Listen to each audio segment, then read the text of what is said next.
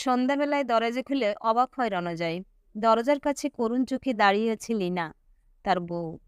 এই চোখ দেখলে কয়েক মাস আগেও রাগ করে থাকতে পারতো না রণজয়, কিন্তু আজ আর সে অনুভূতি আসছে না তার। একটু রূঢ় স্বরেই রণজয় বলল, তোমাকে তো পরশু ফোন করে বললাম এবারে আর কখনো এসো না। লেনা করুণ স্বরে বলল, এমন বলো না প্লিজ। আমার ভুল হয়ে গেছে, স্বীকার করছি। আমি আমার সব অভিযোগ তুলে নিয়েছি।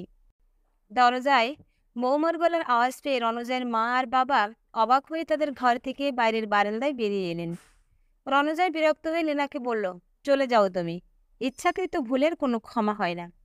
লীনা কাতর স্বরে বলল, বিশ্বাস করো তুমি। মা আর বৌদি এমনভাবে বোঝালো যে আর আমার মাথাটাও গরম হয়েছিল সেদিন। রণজয়দের ঘরের সামনে প্রতিবেশীরা ততক্ষণে উকিঝুঁকি মারতে শুরু করে দিয়েছে। ব্যাপারটা কি ঠিক বোঝার জন্য। এত কিছুর পরে বউটা আবার নিজের থেকেই ফিরে এলো কেন শ্বশুর বাড়িতে? বাইরের দিকে একবার চোখ বুলিয়ে অনুনয়ের স্বরে লীনা রণজয়কে বলল, বাইরে লোক দেখছে, প্লিজ আমাকে ভিতরে আসতে দাও। ভেতরে এসে আমি সব বলছি। রণজয় বাইরের লোকের সামনে আর সিন ক্রিয়েট করতে চাইল না, তাই দরজা থেকে সরে দাঁড়াতেই লীনা বড় ট্রলি নিয়ে ভিতরে ঢুকিয়ে রণজয়ের মা বাবাকে দাঁড়িয়ে থাকতে দেখে তাদের কাছে গিয়ে প্রণাম করে বলল, ভুল হয়ে গেছে আমার, ক্ষমা চাইছি। রণজয়ের বাবা বিস্ময়ে চুপ করে থাকলেও রণজয়ের মা রাগে দুঃখে অন্যদিকে মুখ করে রইলেন। লীনা এবারে রণজয়ের দিকে জল ভরা চোখে তাকিয়ে মাথা নিচু করে ট্রলিটা নিয়ে সিঁড়ি দিয়ে উপরে নিজেদের ঘরে চলে গেল। রণজয়ের মা ছেলের বিষাদ ভরা মুখের দিকে তাকাতে পারেন না আজকাল। এই কয়দিনে কি চেহারা হয়েছে ছেলেটার! কি কুক্ষণে যে ওই মেয়ের সাথে ছেলের বিয়ে দিয়েছিলেন তারা, আবার সেখানে উঠল আজ। রণজয়ের মা দুশ্চিন্তায় ভুরু কুঁচকালেন। কি জানি আরও কি দেখতে হবে, কি ভুগতে হবে এরপরে। ছেলের কাছে এসে ধীরে ধীরে বলেন, বুঝিয়ে বলিস বাবু, ওই মেয়ের আর কোনো বিশ্বাস নেই। রণজয় দীর্ঘশ্বাস ফেলে একটা। লীনার সাথে তার বৈবাহিক জীবন বছর দুয়েকের। এবারে আশা থেকে শাশুড়ির সাথে মনোমালিন্য লীনার। রণজয় কতবার বুঝিয়েছে সংসারে থাকতে গেলে একটু ঠোকাঠুকি হবেই, কিন্তু লীনা কিছুতেই বুঝতে চায় না। সে সহ্য করতে পারে না রণজয়ের মাকে। সামান্য সামান্য কারণে ঝগড়া। রণজয়ের মা একটু এঁটোকাটা মানেন, আর আর লীনা এসবে বিরক্ত বোধ করে। তাছাড়াও নানা রকম টুকটাক মনোমালিন্য চরম আকার নিত। অতএব দীর্ঘ অশান্তির পরে সংসারের রান্নাঘর আলাদা হলো, কিন্তু তাতেও শেষ হলো না। লীনার এক কথা, রণজয় তার বাবা মায়ের জন্য কোনো খরচ করতে পারবে না। এমনকি নিজেদের বাজার করার সময়ও তার বাবা মায়ের জন্য বাজারটুকু করে আনতে পারবে না। তার বাবার জমানো টাকা দিয়েই নাকি তারা বাজার করবেন। তাদের পিছনে খরচ করতে গিয়ে নাকি লীনার শখ পূরণ হচ্ছে না, এই অভিযোগ করেই প্রায় বৃথা চেঁচামেচি করত লীনা। আর সেই সঙ্গে এটা কিনে দাও, ওটা কিনে দাও, এর অযথা অতিরিক্ত খরচের বায়না, চিৎকার চেঁচামেচি, নিত্যদিন এই নিয়ে অশান্তি। তার নিয়ে আলাদা থাকতে হবে। অশান্তি চোটে কতদিন তার মা কাঁদতে কাঁদতে বলেছেন, যা বাবা তোরা আলাদা ভাড়া বাড়িতে থাক। কিন্তু রণজয়ের মন মানে না। রণজয় এক মোবাইল কোম্পানিতে জব করে, যা ইনকাম করে সচ্ছলভাবে সংসার চলে যাবে তার বাবা মাকে নিয়ে। কিন্তু এমন অসম্ভব চাহিদা থাকলে কিভাবে সম্ভব তার পক্ষে মেটানো? তখনই আলাদা থাকার প্রস্তাব দেয় লীনা। রণজয় মানতে পারে না, অশান্তি বাড়ে। সে একটাই ছেলে, এলাকার সম্মানীয় মানুষ তারা। কত কষ্টে তাকে মানুষ করেছেন বাবা মা, কত আশা করে দোতলা বাড়ি করেছেন। কেন আলাদা থাকবে সে? কিন্তু স্ত্রীকেও রণজয় সত্যিই ভালোবাসে। আর লীনা যে তাকে ভালোবাসে না তা নয়, তার প্রতিটা কাজে সে অনুভব করে লীনাও তাকে ভালোবাসে। কিন্তু ওই যে তার একসাথে একা সংসার করতে চায়, কিন্তু সেটা কি করে সম্ভব? নিজের এত বড় বাড়ি ছেড়ে বাবা মাকে একা রেখে কেন সে ভাড়া বাড়িতে থাকতে যাবে? সারাদিন অফিস করে এসে নিত্যদিনের অশান্তি সহ্য করেও প্রায় সে বোঝাতো লীনাকে, কিন্তু লীনা বুঝতেই চাইতো না কিছুতেই। বাবা মা আর স্ত্রীর মধ্যে পড়ে মাঝে মাঝে দিশেহারা হয়ে যেত রণজয়।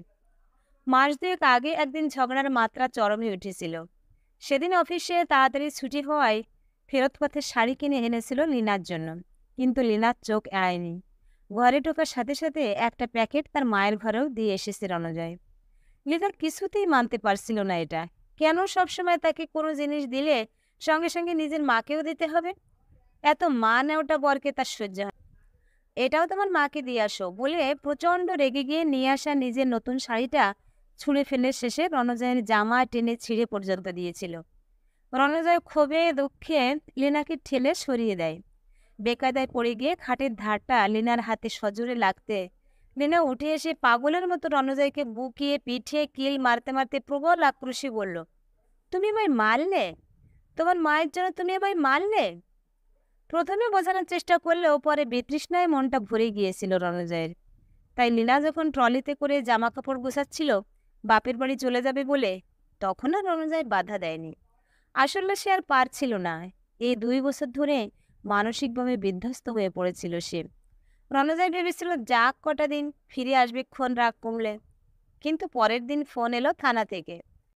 তার বিরুদ্ধে 498 কেস করেছে লীনা। তারা নাকি পণ নিয়ে তাকে মারধর করেছে এবং তার ভরণ পোষণে সেভাবে করে না রণজয়। হতভম্ব হয়ে যায় রণজয়। বাড়িতে পুলিশ আসে। গ্রেপ্তার করা হয় রণজয়কে। পুলিশের গাড়ি দেখে তাদের বাড়ির সামনে লোকজনের ভিড় জমে যায়। রণজয়ের বয়স্ক বাবা মা দিশাহারা হয়ে যান। পাড়ার লোকেরা সন্দেহের চোখে তাকায় তাদের দিকে। এতদিনের অর্জিত মান সম্মান ধুলোয় মিশে যায় মুহূর্তে। তারা নাকি তাদের বৌমার 20 ভরি গয়না নিয়েছিল বিয়েতে, সেই সঙ্গে অনেক টাকা পণও। তারপরেও পণের জন্য অত্যাচার করতে ছাড়েনি বৌমার উপরে। এই সমস্ত অভিযোগ করেছে তাদের বিরুদ্ধে। যদিও রণজয় আর তার বাবা মায়ের উপরে দেওয়া অভিযোগের সাপোর্টে ম্যাজিস্ট্রেটের কাছে কোনো সাক্ষ্য প্রমাণ পেশ করতে না পারায় পরের দিনই রণজয়ের গ্রেপ্তারি খারিজ হয়ে যায়। বাড়ি ফিরে আসে সে। কিন্তু এই গত 2 মাস ধরে বারবার থানায় হাজিরা দিতে হয়েছে রণজয়কে। সেখানে দেখা হয়েছে লীনার সঙ্গে সঙ্গে লীনার মা আর বৌদি। ঝুড়ে ঝুড়ে মিথ্যা অভিযোগ করত তারা। রণজয় ভীষণ ঘৃণায় লীনার দিকে তাকালে মাথা নিচু করে নিত লীনা। শেষের দিকে 2-1 দিন লীনা শরীর খারাপের অজুহাতে আর আসতো না থানায়। এই 1 মাসে মানসিকভাবে প্রচণ্ড ভেঙে পড়েছিল রণজয়। জীবনেও ভাবেনি তার বিবাহিত জীবন এমনভাবে বিষাক্ত হয়ে যাবে। সে তো কম ভালোবাসত না স্ত্রীকে। লীনা কি করে পারলো এমনভাবে আইনের অপব্যবহার করে মিথ্যে অভিযোগ দিয়ে তাকে ফাঁসাতে, তার বাবা মাকে হেনস্থা করতে? ভেবে পায় না রণজয়। হঠাৎ গত পরশু লীনা ফোন করেছিল। কি মনে হয়েছে কেস তুলে নিচ্ছে সে। সে নাকি সব মিটমাট করে নিচ্ছে। অবাক হলেও একটা দীর্ঘশ্বাস ফেলেছিল রণজয়। হয়তো ভালো খবর। কিন্তু তার জীবনটা যে তছনছ হয়ে গেছে এই কদিনই। স্ত্রীর প্রতি ভালোবাসার পারদও কমে গিয়েছিল অনেকটাই। সমস্ত আত্মীয় স্বজনদের কাছে, পাড়া প্রতিবেশীদের কাছে, অফিস কলিগদের কাছে ছোট হয়ে গিয়েছিল সে। আজ হঠাৎ বলা নেই কওয়া নেই চলে এলো এখানে। রণজয় বুঝতে পারছে না এখন তার করণীয় কি। স্ত্রীর বিরুদ্ধে মানহানির মামলা করবে নাকি? তার কি আনন্দ হওয়া উচিত লীনা তার বিরুদ্ধে দেওয়া সমস্ত কেস তুলে ফিরে এসেছে বলে? চুপচাপ বসে 2 হাতে মাথা চেপে ধরে এসব ভাবছিল। ছেলেকে তখনও এইভাবে বসে থাকতে দেখে তার মা এসে পাশে বসে চিন্তিত মুখে বলল, যা উপরে যা, দেখ কি বলে।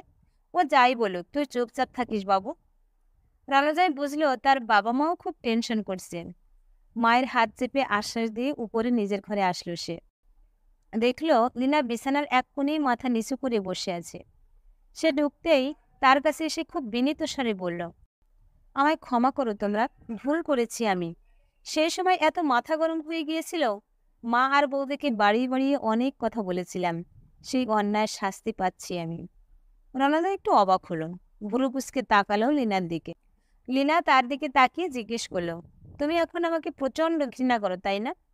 সেদিন তোমার ওই ঘৃণার দৃষ্টিতে আমার দিকে তাকানো আমি বাড়ি গিয়েও ভুলতে পারিনি। আমি তো তোমাকে ছেড়ে থাকতে চাইনি, শুধু তোমাকে ভয় দেখাতে চেয়েছিলাম, যাতে তুমি ভয় পেয়ে আমার সব দাবি মেনে নাও। কিন্তু যত দিন যাচ্ছে দেখলাম তুমি দূরে চলে যাচ্ছ আমার থেকে। বিশ্বাস করো, আমি তোমার থেকে দূরে চলে যাব বলে এসব করিনি। মা বৌদি বলল এসব করলে তুমি ভয় পেয়ে আমাকে নিয়ে ঠিক আলাদা হয়ে যাবে, আর আমি আর তুমি ভালো থাকবো তাহলে। কিন্তু তার বদলে তুমি আমাকে ঘৃণা করছো, এটা ভাবলেই আমার সেদিন থেকে ভীষণ কষ্ট হচ্ছে। তোমাকে ছেড়ে আমি বাঁচতে পারবো না, এই কটা দিনে এটা বুঝেছি। রণজয় মৃদু হেসে বলল, মেয়েদের প্রতি অন্যায়ের জন্য বানানো আইনের অপব্যবহার করো তোমাদের মতো মেয়েরা, তুমি ক্ষমারও অযোগ্য। লীনা রণজয়ের পায়ের উপর ঝাঁপিয়ে পড়ল এবারে। কেঁদে বলল, আমি ওদের বেশ কয়েকবার বলেছি কেস তুলে নিতে, ওরা শেষে শোনেনি, আমি তুলেছি বলে রাগারাগিও করেছে, তাই আমি ওই বাড়ি ছেড়ে চলে এসেছি। এ কদিনে বুঝেছি আমি ভুল করেছি খুব। তোমায় ছাড়া থাকতে চাই না। ক্ষমা করো আমাকে। অন্তত আমাদের সন্তানের জন্য ক্ষমা করো আমাকে। আর কখনো এমন ভুল করব না। লীনার কথা শুনতে শুনতে রণজয়ের মনটা বিরক্তিতে ভরে যাচ্ছিল। কিন্তু শেষের কথাটা শুনে রণজয় চমকে উঠল। তাদের সন্তান? লীনাকে পায়ের কাছ থেকে তুলে জিজ্ঞাসার দৃষ্টিতে বলল, কি বললে তুমি? লীনা মাথা নিচু করে বলল, সপ্তাহ দুয়েক আগেই পজিটিভ রিপোর্ট এসেছে, তুমি বাবা হতে চলেছ। রণজয়ের মনে হলো অনেকদিন পরে তার মনের মধ্যে একটা খুশির অনুভূতি হলো। লীনা তার দিকে আকুল দৃষ্টিতে তাকিয়ে ফের বলল, বিশ্বাস করো, আমি এমনটা চাইনি। তোমাকে জব্দ করতে গিয়ে নিজেই জব্দ হয়ে গেছি। আমাদের সন্তানের জন্য শুধু নয়, এটা বুঝেছি আমি তোমাকে ছাড়া থাকতে পারবো না। মনের মধ্যে লীনার প্রতি রাগ জমে থাকলেও আনন্দে চোখে জল চলে এলো রণজয়। এই মুহূর্তে আগত সন্তানের খুশির খবরে স্ত্রীকে জড়িয়ে ধরা উচিত কিনা দোটানায় পড়ে শেষ পর্যন্ত আনন্দে লীনার হাতটা দুহাতে জড়িয়ে ধরল রণজয়। জীবনে চলার পথে ধীরে ধীরে সন্তানের মুখের দিকে তাকিয়ে হয়তো একদিন লীনার এত বড় ভুল অপমানকে ক্ষমা করে দেবে সে। প্রিয় ভিউয়ার্স, এতক্ষণ সাথে থেকে গল্পটা শোনার জন্য অশেষ ধন্যবাদ। গল্পটা ভালো লাগলে একটা লাইক, কমেন্ট ও শেয়ার করতে পারেন। আর পরবর্তীতে এরকম আরো সুন্দর সুন্দর গল্প শুনতে চাইলে আমার চ্যানেলটা সাবস্ক্রাইব করে পাশে থাকুন। ধন্যবাদ।